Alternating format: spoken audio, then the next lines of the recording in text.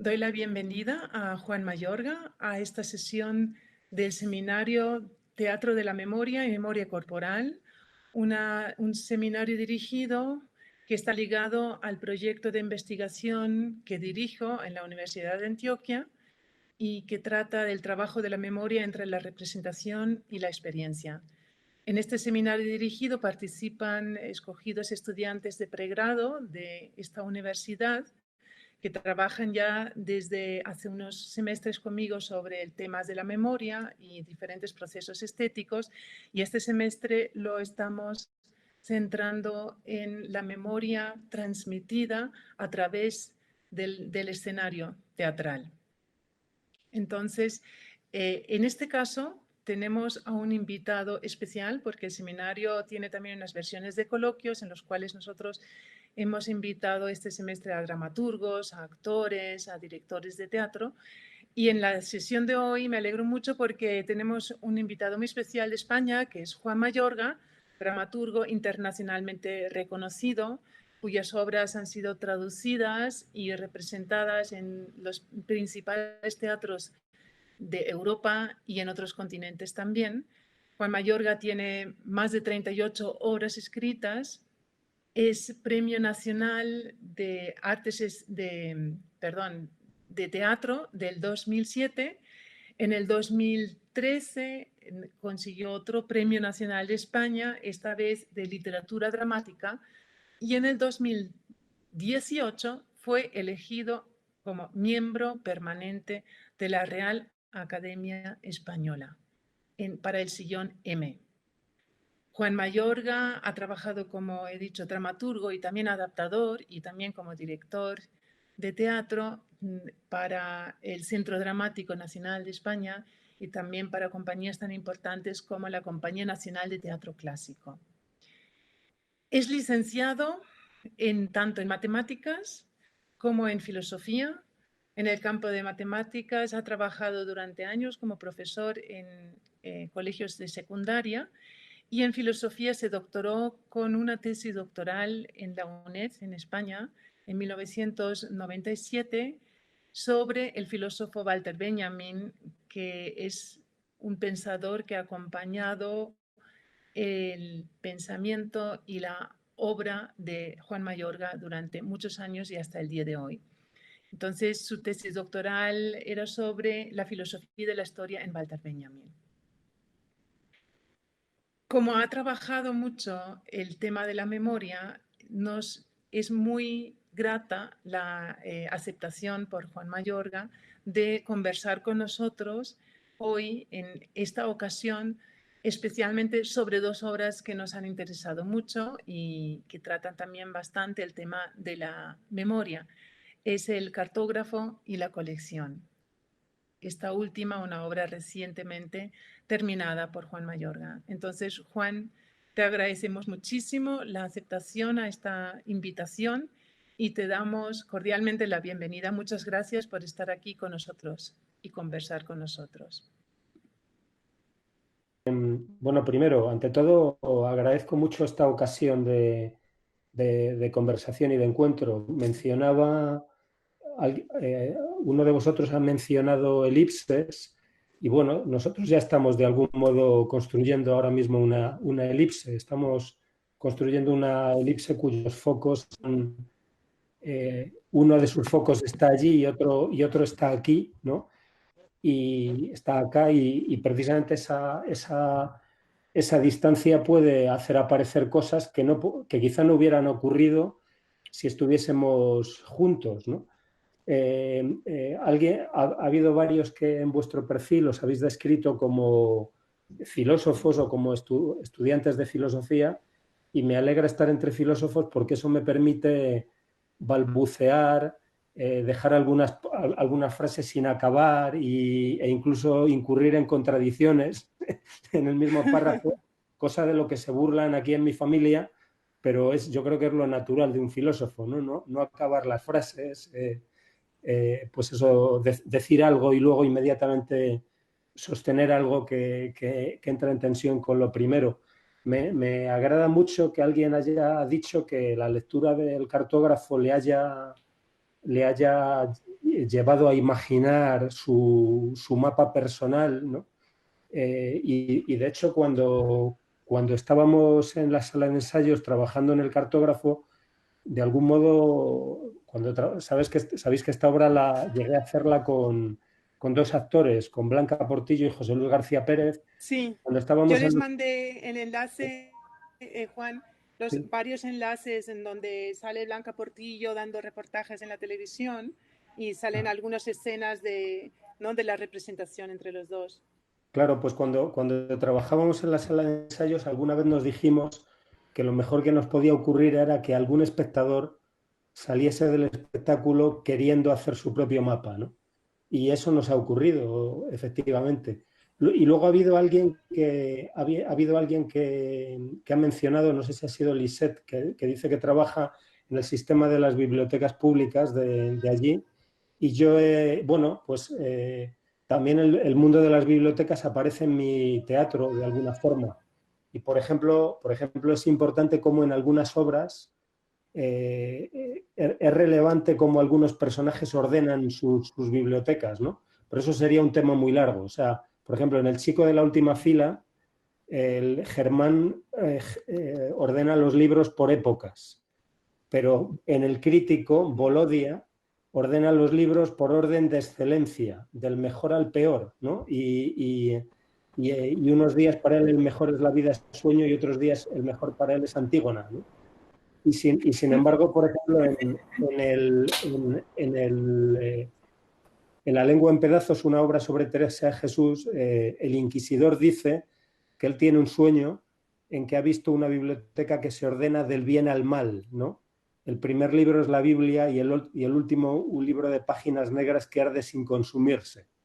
Bueno, todo, y por ejemplo tengo una pequeña obra que se llama BRGS, que es un homenaje a Jorge Luis Borges, en que hay dos personajes, uno se llama Jorge y otro se llama Luis y tiene lugar dentro de una biblioteca.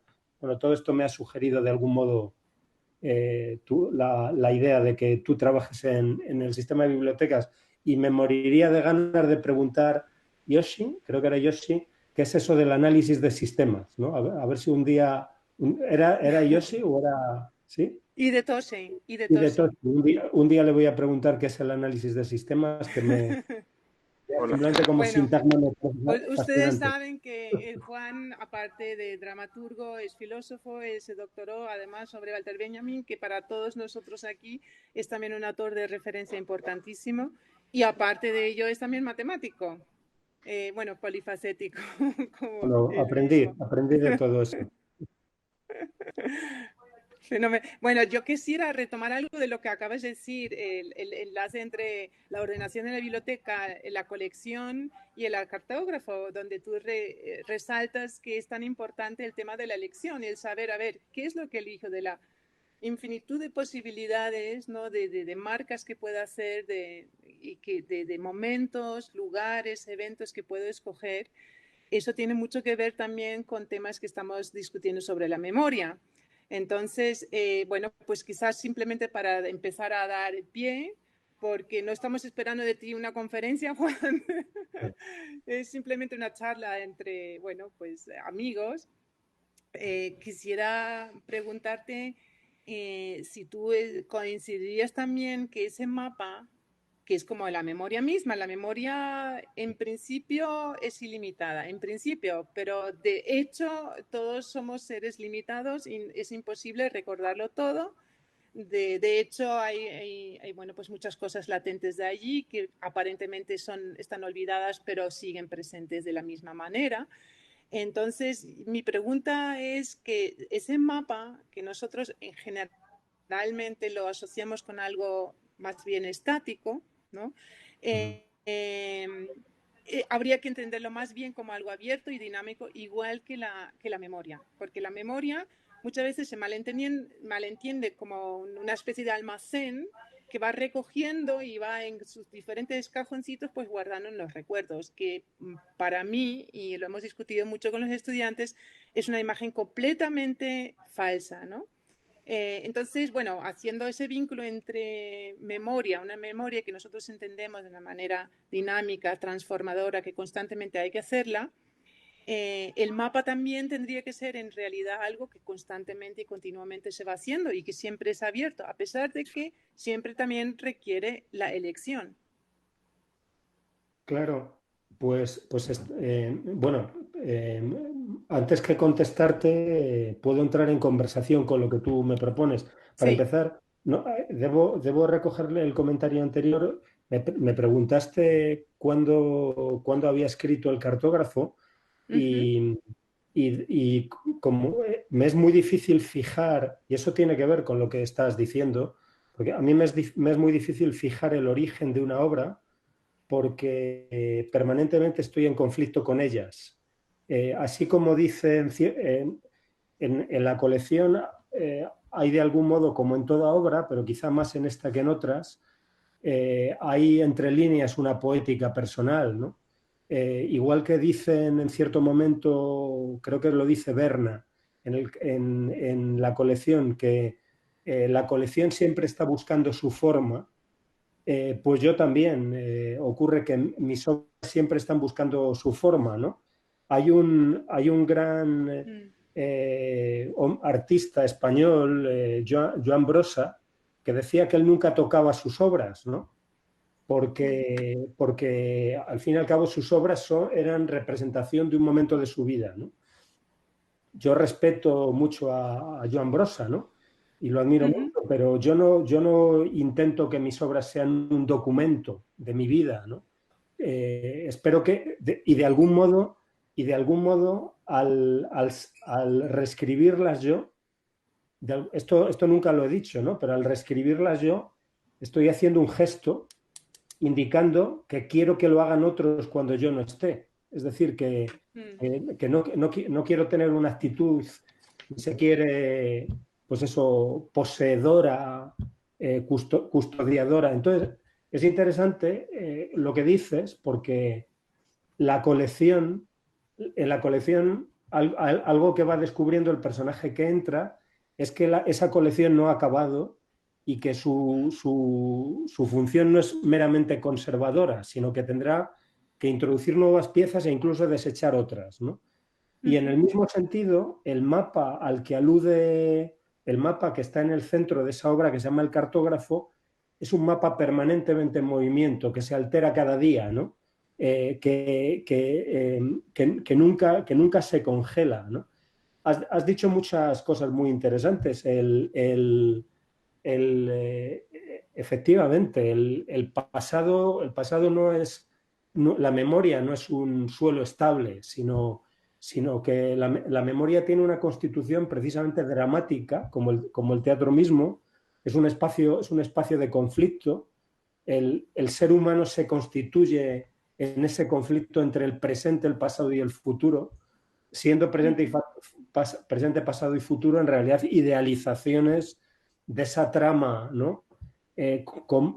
Complejísima de lo que somos, ¿no? A mí me gustaba citar un poema que atribuía a Ángel González, el poeta asturiano, que dice algo así como que nadie sabe el pasado que le espera, ¿no? Hace Mm. poco volví a Qué decirlo y me bonito. dijeron, pero si eso no es de Ángel González, eso se decía en Cuba en los años 60 o 70, ¿no? Y en todo caso, bien está el verso, la frase, y bien está recordar que no hay nada más imprevisible que el pasado, y que el pasado está lleno de novedades, ¿no? Y ya por último, porque efectivamente no quiero que esto sea una conversación y no una conferencia, os mencionaré que ayer tuvimos sesión telemática no por este sistema, sino por el de Zoom en la academia, en la Real Academia, ¿no? Y Sí. entonces, bueno, pues hay dos zonas de trabajo los jueves. En la primera está la comisión del vocabulario científico y técnico a la que pertenezco. Hay 6 comisiones y yo pertenezco a la de vocabulario científico y técnico. Y luego está el pleno, ¿no? Bueno, pues en la comisión de vocabulario científico y técnico, aunque no es una palabra que necesariamente tenga que corresponder esa comisión, una de las palabras que estudiamos es una palabra que yo había propuesto antes del confinamiento, que es la palabra engrama, que no está en el diccionario de la academia y que yo propuse porque en ese momento estaba releyendo el Atlas Mnemosyne de Avi Warburg y se propuso una definición que es algo así como, porque esto funciona así, tú haces una propuesta y el lexicógrafo propone una definición unas semanas después y esa propuesta está documentada y se discute sobre ella, ¿no? Entonces la propuesta era algo así como huella, engrama, huella que una experiencia huella que una experiencia deja en la no, huella de una experiencia que se almacena en la memoria, ¿no? Y alguien dijo, no, que se almacena, no, que se graba, ¿no? Y yo decía que mejor dejar simplemente engrama como huella en la memoria, ¿no?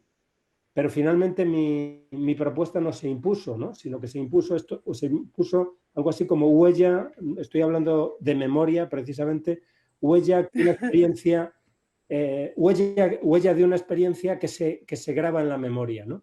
Pero creo que ahora Mejor que mismo, almacena. claro, y efectivamente a mí no me satisface ni el almacena, por lo que tú decías, ni tampoco mucho el que se graba, porque pareciera, precisamente la huella es algo tan lábil, ¿no? como la que se deja en la arena, ¿no?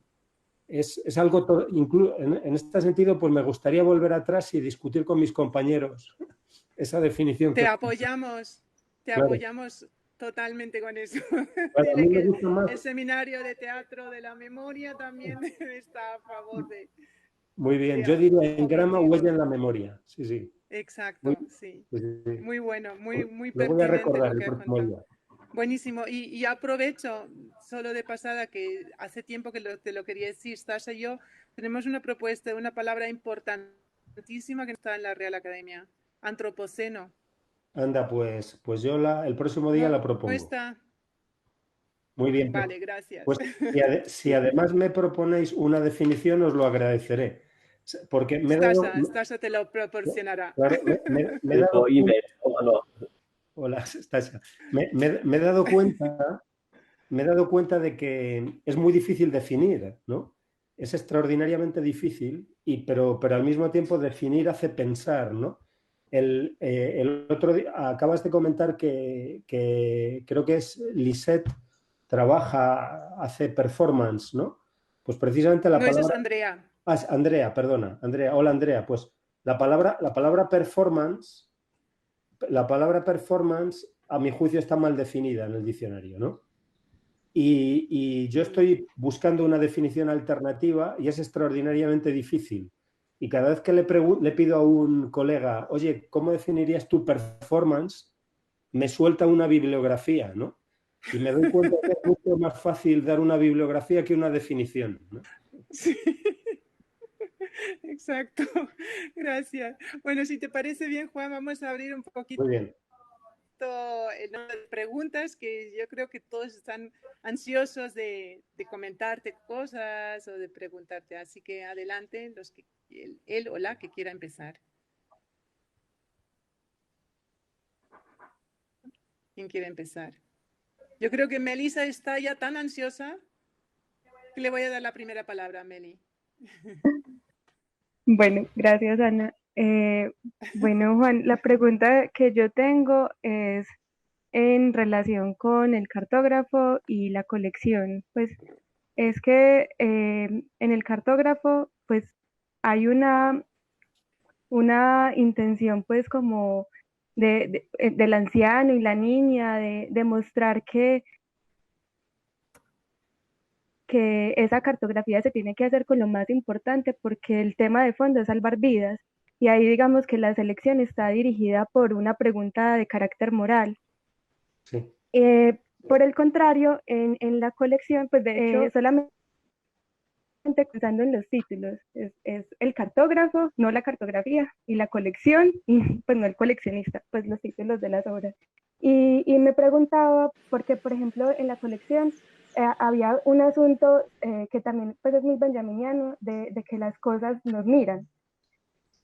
Y de alguna manera veía una diferencia entre el cartógrafo y la colección, en el sentido de que en el cartógrafo había esa intención de buscar qué es lo que se tiene que poner en ese mapa, aunque sea móvil, para salvar vidas, mientras que en la colección era un asunto casi como de que la colección elegía a las personas o de que los objetos invitaban a las personas. Entonces, eh, quería preguntarte si hay como en esos dos enfoques distintos, porque en uno es como una responsabilidad y en el otro es como unas personas que están abocadas, que hacen parte también de la colección, que por sus, no sé, como que por sus vidas entran en una constelación donde los objetos llegan a ellos, si hay como una diferencia en los enfoques de la memoria, que en la colección veo una cuestión como más involuntaria. No sé si me hago como entender más o menos a qué apunta la pregunta. Claro. Sí, bueno, te agradezco mucho, Manuela. Eres Manuela, ¿no? No, ella es Melissa. ¿No? Es que veo aquí unos nombres arriba y... Perdón, ¿eh? No, tranquilo. Claro, bueno, me ha interesado enormemente lo que ha... No sé si hay un eco. Sí, apaguen Si debo los demás los micrófonos. Claro. Me ha interesado enormemente lo que has comentado, ¿no? Y confirmo una vez más lo que siempre pienso y lo que atribuyo en cierto momento en el coleccionista a Héctor cuando dice que la obra siempre sabe más que su autor, ¿no?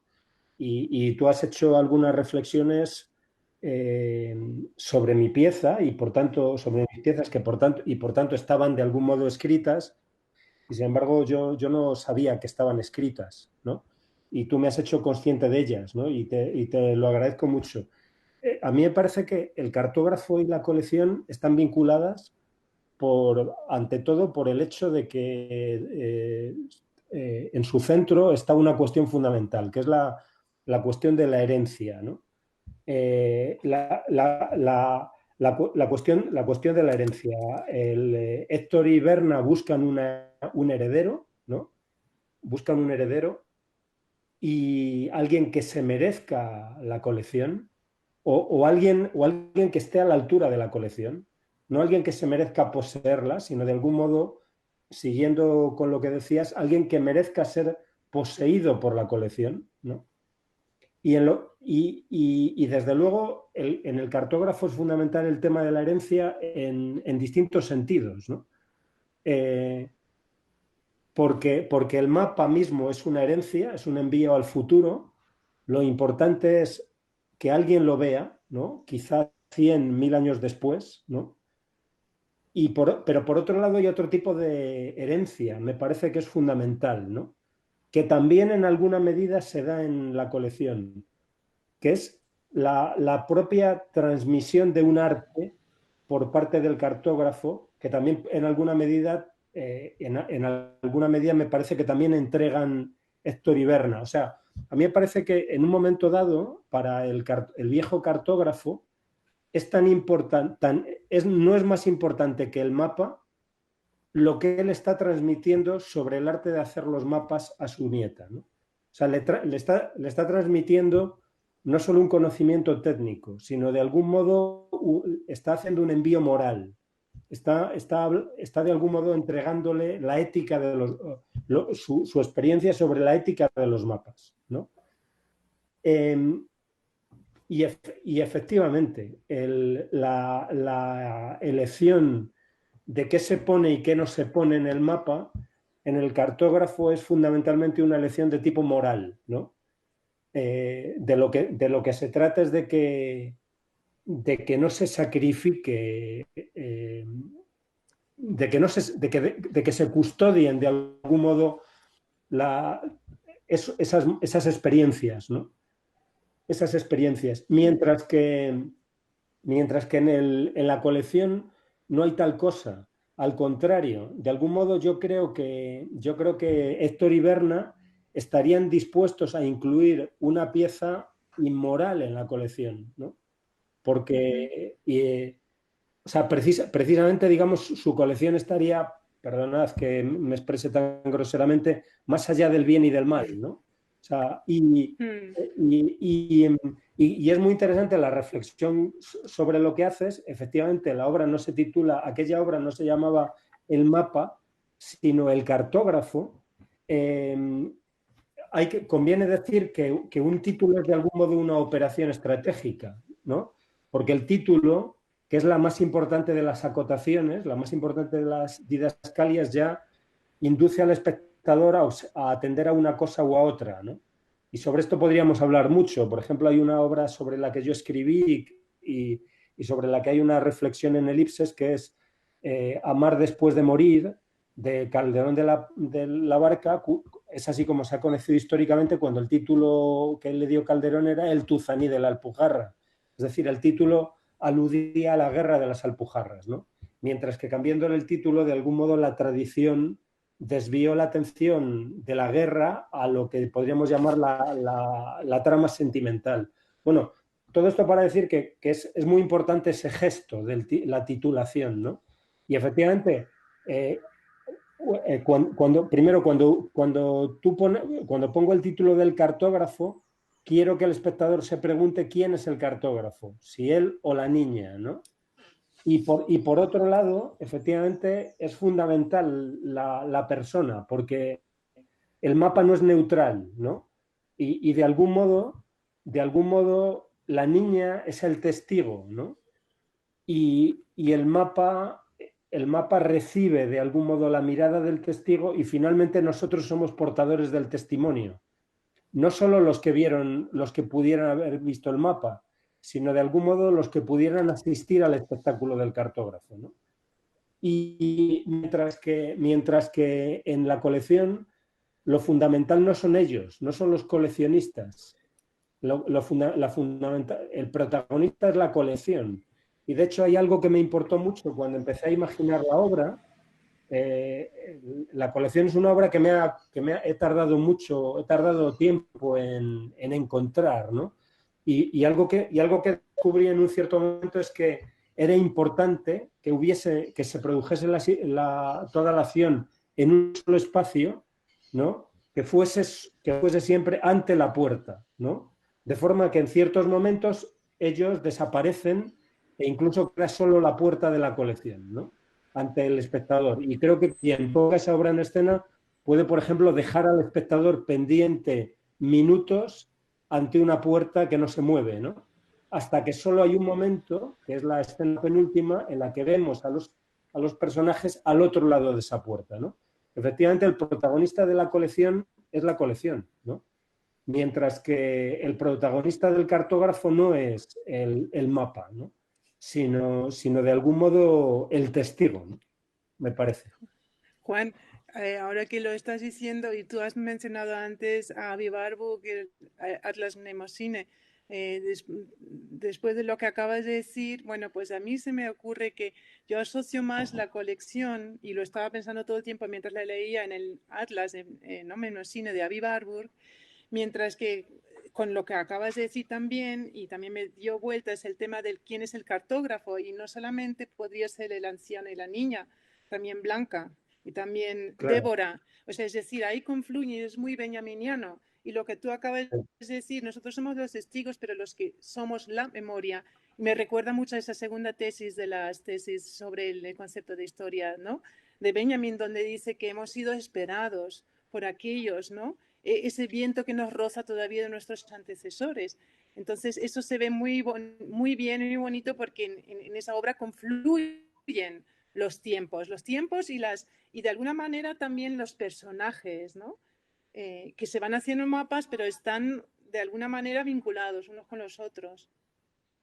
Y esa es una idea muy benjaminiana. Claro, bueno, me interesa enormemente lo que dices, eh, cómo de algún modo lo que hay finalmente en el cartógrafo es un mapa sin autor, ¿no?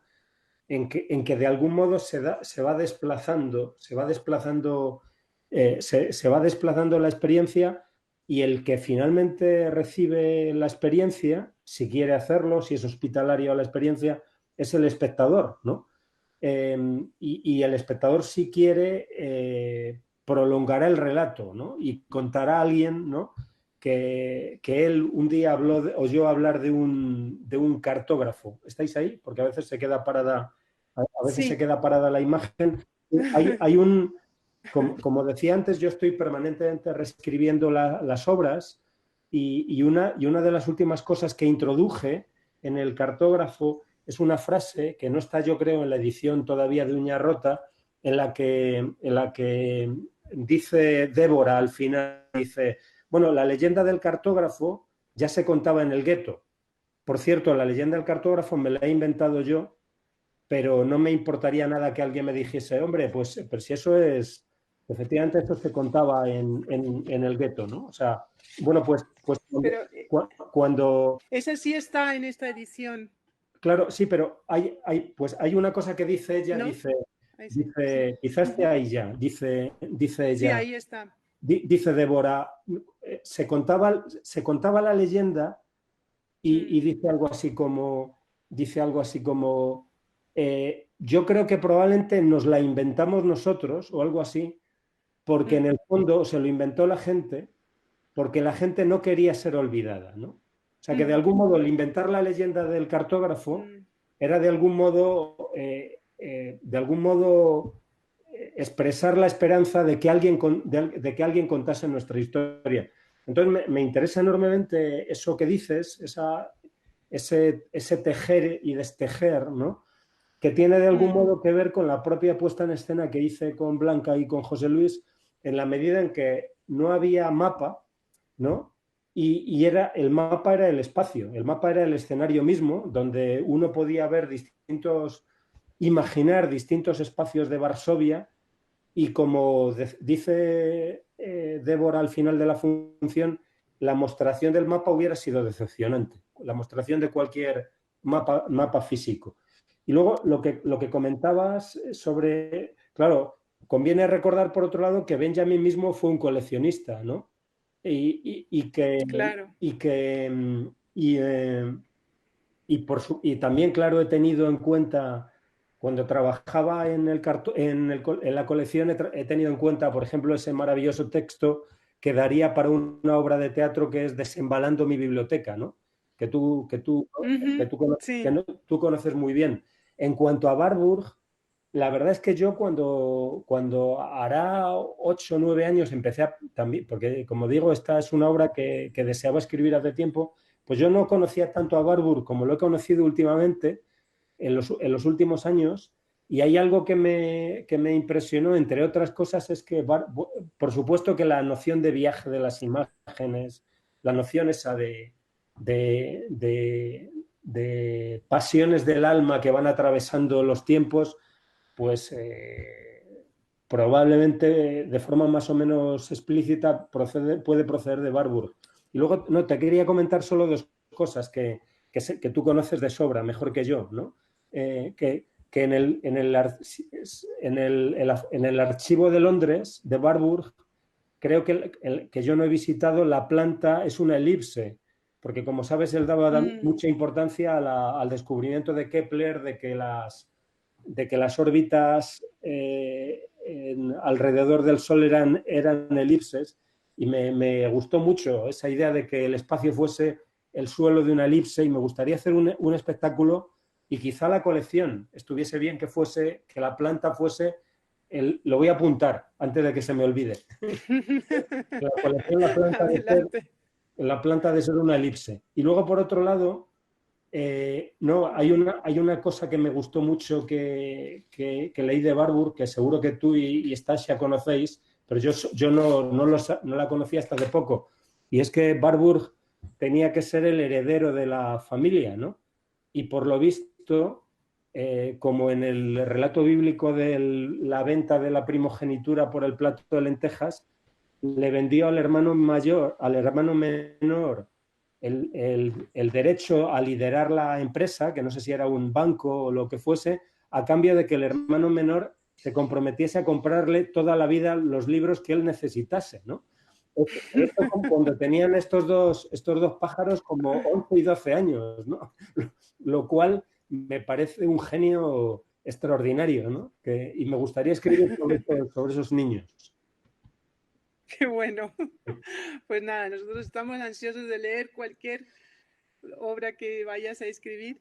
Y bueno, si les parece, les paso a la palabra, o quizás para que varios tengan ocasión de decir cosas. Juan, ¿te parece bueno, pues que varios comenten algo y tú le contestas, ¿sí? ¿Os parece bien? Muy bien, me parece Vale, muy perfecto. bien. Pues, ¿quién quiere ser él o la siguiente para comentar algo? Ay, hola, yo quisiera comentar algo y preguntar algo. Y tiene que ver con lo que Ana dijo al principio sobre el dinamismo del mapa. Bueno, yo quería como andar en cómo es posible eso, pues qué elementos permiten precisamente que el mapa trascienda esa fijación y que permita esta movilidad. Y bueno, a mí se me ocurría de pronto pensar en el lenguaje cifrado, por ejemplo, en los símbolos, de pronto en el suspenso que puede dejar el mapa y que puede permitir un movimiento a la imaginación y pues de pronto como en esa lectura que el otro, aparte del cartógrafo, le podría dar a partir de ese lenguaje que no se le hace pues evidente porque él no lo hizo. Y en ese, como por esa línea me preguntaba de pronto qué relación había, por ejemplo, entre el silencio y la cartografía. Pues, yo tenía muchas ganas de preguntarte por el silencio, porque Ana nos mandó el discurso que diste sobre este tema y a mí me pareció bellísimo. Y me llamó mucho la atención, pues me pareció muy curioso que en la colección lo nombraras tanto, pues siempre haces mención muchísimas veces en el texto al silencio y lo escribes explícitamente.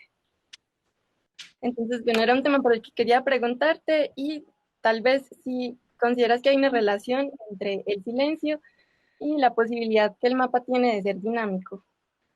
Muy bien. Gracias. ¿Quieres contestar directamente o sí, si os parece, sí, vamos a algunas preguntas. Si esta ha sido ya enormemente interesante, ¿no? Pero quizá para que nadie sí, se quede sin hablar, ¿no? Exacto. Sí, hacemos eso. Entonces, a ver, ¿quién quiere hablar ahora? Si quieren, yo sigo. Vale, claro. ¿Sí? Bueno, de la colección, los personajes de Berna y Héctor me causaron muchísima curiosidad y muchísimo interés.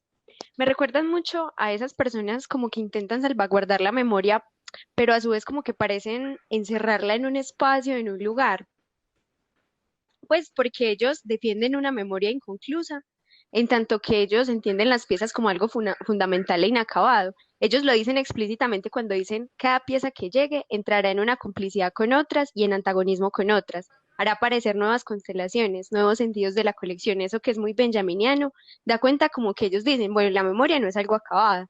Y cuando ellos también dicen que desconfían de la institución, porque piensan que si se dan cuenta que un cuadro es inmoral o si lo consideran inmoral, pues lo van a guardar en una bóveda. Lo que me parece curioso es que ellos tengan ese miedo de que, digamos, que la colección sufra esas modificaciones como de censura, como de ser guardada, cuando ellos mismos la guardan, pues cuando es una cosa tan exclusiva, tan de ellos. Entonces, para verla, por ejemplo, hay que ser uno de los invitados, de los alegres invitados, pues, de ellos.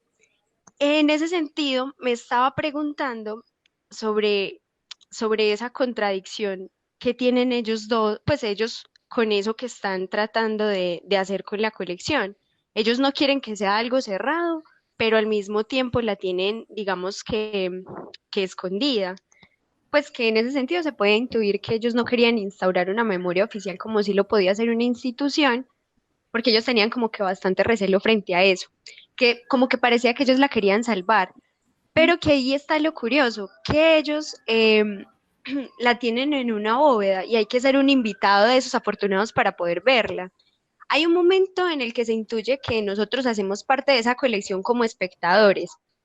Cuando Susana mira al público y dice que vacía, sería terrible. Entonces ahí se entiende pues como que si la memoria no tiene quien la interprete y quien la mire y quien se interese por ella y la mantenga en movimiento, sería un vacío terrible.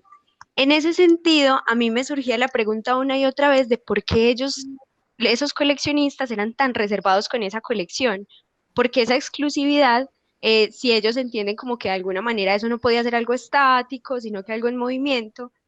Y también me preguntaba para ti, Juan, directamente, ¿qué papel juega el espectador en esa cartografía, en este caso teatral, de la memoria? Muy bien. Muchas gracias, Laura. Entonces, bueno, de manera, si pueden, si lo consiguen resumir de manera sucinta los que quieran comentar algo, los que todavía no han tenido ocasión. No sé, Lisette, por ejemplo, Ricardo, Andrea. Yo de pronto aprovechando pues justamente a Juan, que es miembro de la Real Academia de la Lengua, que a mí me parecía interesante justamente que él usara el término colección y por ejemplo no archivo, ¿cierto? Dado que, por ejemplo, digamos en las dos obras, pues creo que hay una relación ahí fuerte e importante con el hecho de coleccionar, acumular, recoger, ¿cierto? Entonces, si tú establecerías alguna distinción entre ambas, y también el papel justamente del archivo, o tal vez en el caso tuyo más de la colección, para la memoria, para activar esa memoria, que pues creo que es un tema que está muy, muy fuerte, por ejemplo, digamos, incluso en el arte contemporáneo, ese archivo que implica una indexicalidad, que remite al pasado, y que puede justamente tener un potencial fuerte para la memoria, pero que también tiene como ese otro polo opuesto en cuanto que tiene como un principio organizativo y que podría dejar muchos elementos ocultos. Entonces hay como mirar esa tensión.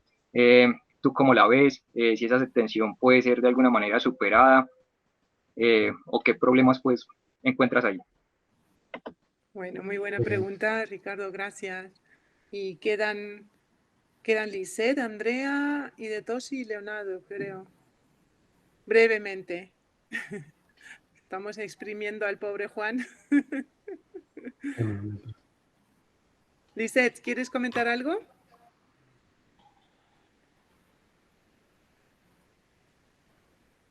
Creo que con lo que han preguntado es demasiado contenido y de verdad mi pregunta es un poco más de curiosidad, es un poco más de ocio, pero bueno, pues ya entrados en gastos la voy a comentar. Lo que pasa es que a mí me dio la impresión, sobre todo con el coleccionista, de que, bueno, sí, como señala Meli, parece más como que los objetos miran a las personas. Yo creo que también hay como un papel importante de las personas dentro de esta obra y a la vez no lo hay. ¿En qué sentido? Lo hay porque en este sentido yo lo vi como algo muy hegeliano, porque los vi a ellos, a todos los personajes, como demasiado conscientes de su papel dentro de la historia.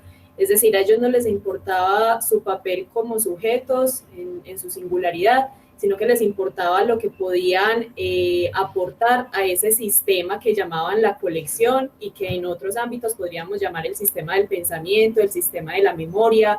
¿Cómo se puede aportar a eso? A través del tiempo, sin importar si yo me muero, sin importar si vivo, ¿cómo se puede nutrir eso?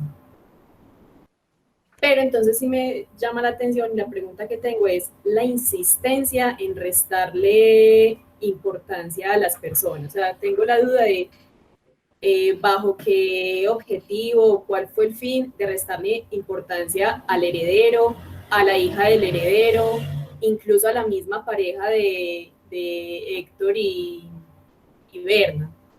incluso a los artistas, también quitarles a ellos toda la importancia dentro de su obra que finalmente no es su obra. Entonces, mi pregunta era más que todo como por entender más esa elección de restarle tanta importancia a las personas. Muchas gracias. Quizás hacemos aquí una primera ronda, porque si no va a ser demasiado, ¿o cómo lo ves tú, Juan? Bueno, ¿sí? Creo que hay un cierto aire de familia entre algunas preguntas. Si queréis podemos seguir. Ah, bueno, vale. Entonces, no sé, Andrea, Leonardo y De Tosi creo que todavía no han comentado. Andrea, ¿te animas? Hola, Ana, yo creo que mejor yo esperaría la siguiente ronda porque yo creo que lo que voy a preguntar si se sale un poco, yo como dijo Lizeth, preferiría que se llenara de una vez como un discurso con lo demás. Te sales del aire de familia. Sí. Leonardo y De Tosi.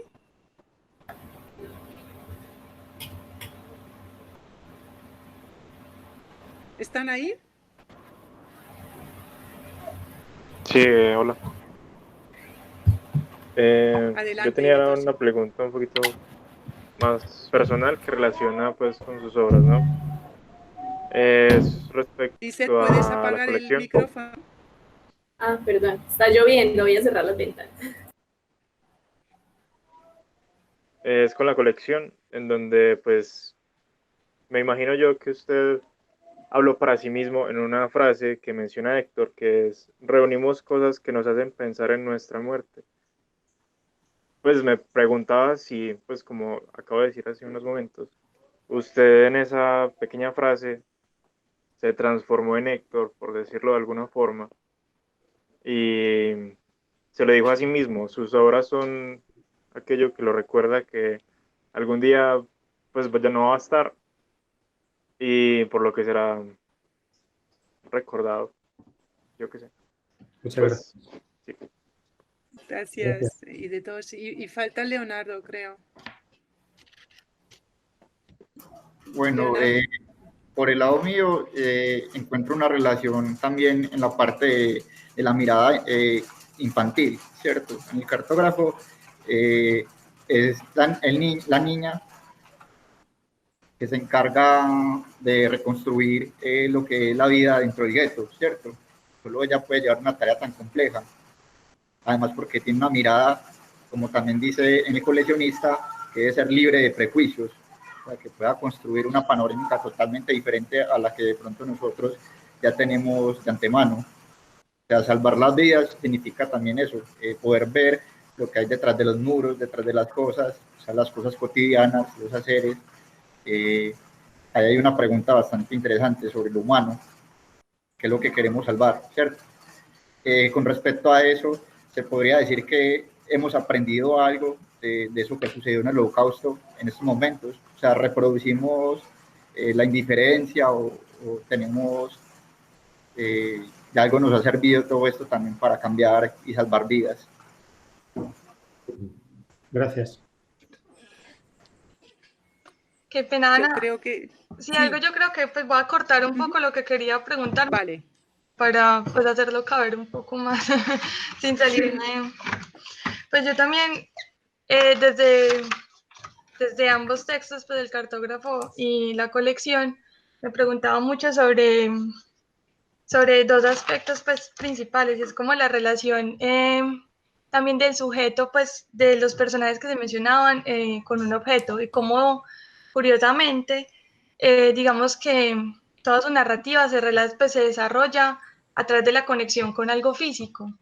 Entonces es como también el pensar de la memoria como alguna representación que se puede, digamos, mantener, parecido a lo que decía Laura, el tema de encerrarlo, de tenerlo presente, pero yo me preguntaba más como por la materialidad de los objetos y cómo estos permiten al sujeto construir una narrativa en ambos textos, o sea, a pesar de que en el cartógrafo no es tan claro pues como una materialidad como es la colección, sino pensar por qué el sujeto necesita algo material, algo con lo que se pueda relacionar físicamente.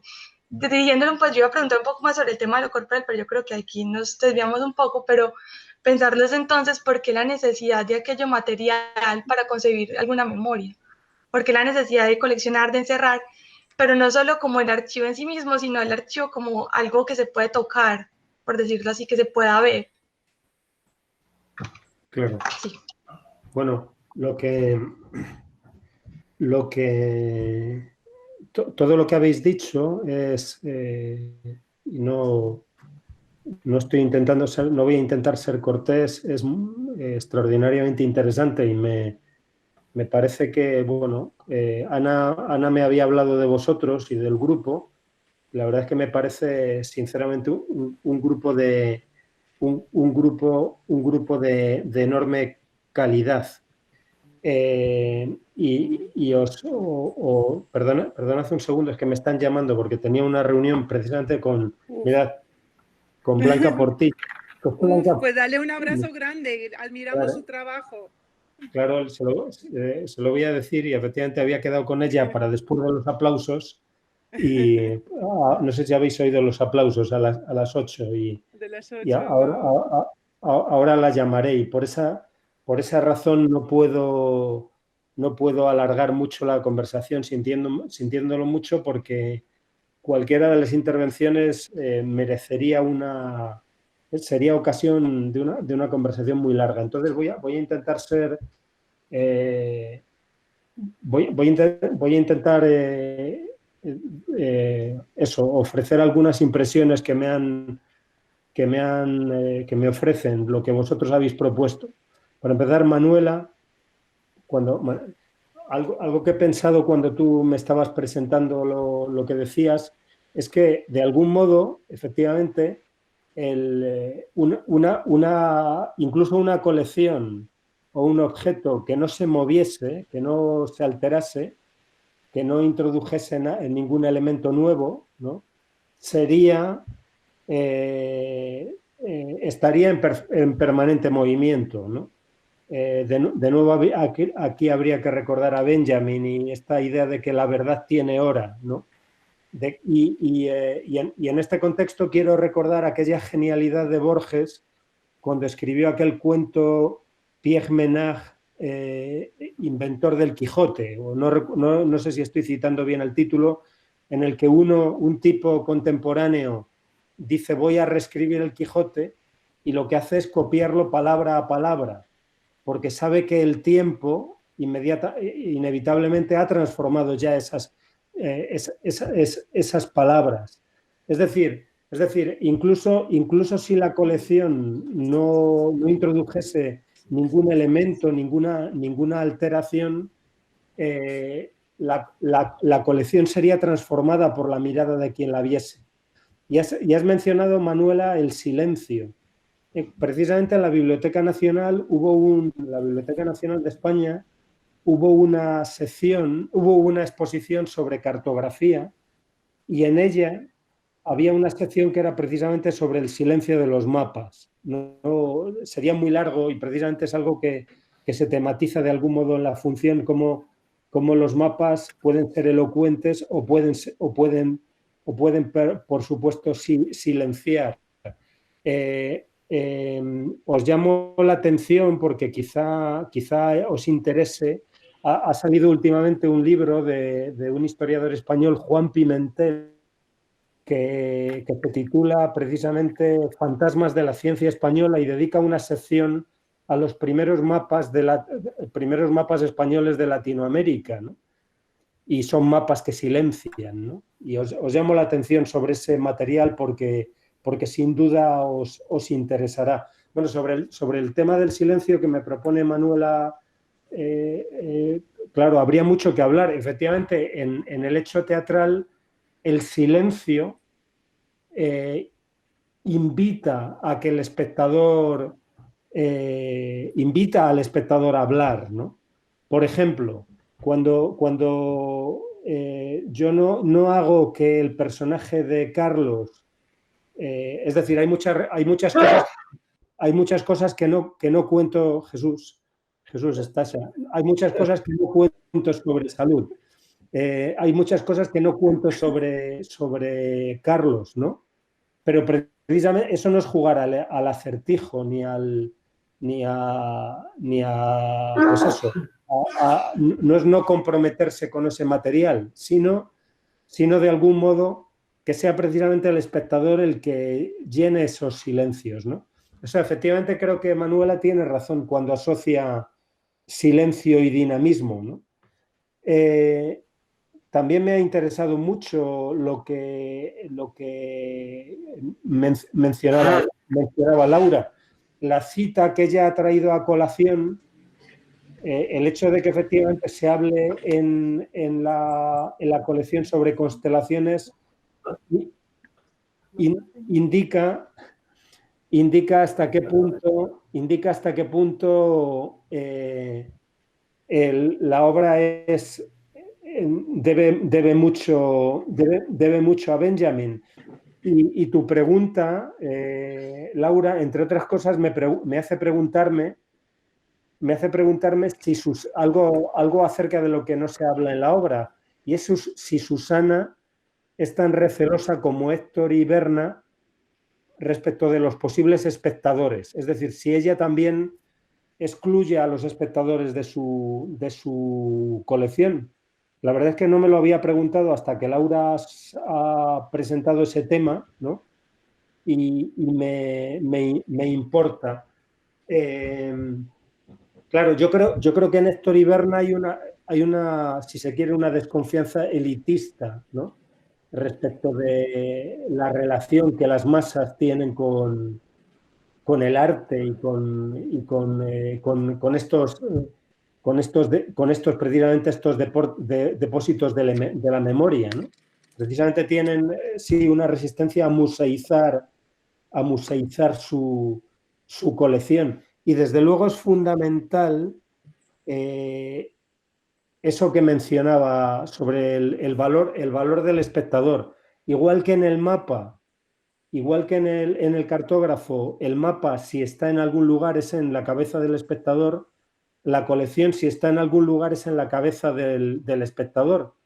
Y me gustaría que los espectadores saliesen discutiendo acerca de qué es lo que ellos han imaginado en la colección. Bueno, también muy interesante la alusión al archivo de Ricardo, ¿no? Bueno, que me hace pensar. Claro, yo creo, no soy un especialista, probablemente Stasha y... que me dicen que hable más bajo. Probablemente Stasha y Ana podrían decir cosas mucho más interesantes que yo sobre la diferencia entre archivo y colección. Pero tengo la impresión de que los archivistas, claro, uno podría preguntar, me dan ganas, Ricardo, de escribir una obra que se titule El archivo o el archivista, no lo sé, o los archivistas, ¿no? Pero claro, me parece que el archivista precisamente cree que me parece que es algo que está en la misión del archivista, es recoger todo lo que haya, ¿no? Por ejemplo, recoger todo lo que hay de un escritor, de un historiador, de una figura, de un político, ¿no? Porque quizá algún día, incluso a objetos aparentemente insignificantes, a documentos que ahora mismo no sabemos leer, ¿no? Tendrán un valor importante. Entonces, creo que el archivador tiene un trabajo de custodio, mientras que de algún modo Héctor y Berna se ven ellos más como, precisamente eso, como artistas, ¿no? Como artistas cuya obra es la colección. Y esto me hace volver a lo que decía Manuela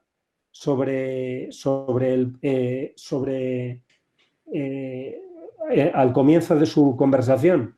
O sea, efectivamente hay elementos que un día no sabemos, ella ha utilizado la expresión, si no recuerdo mal, descifrar, ¿no?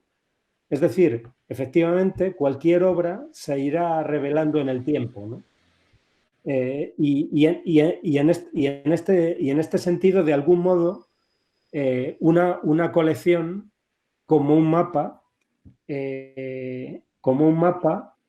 será leído y dará a leer cosas dentro de 100 años que hoy no podemos leer. Por eso, porque la verdad tiene hora, tiene tiempo, ¿no?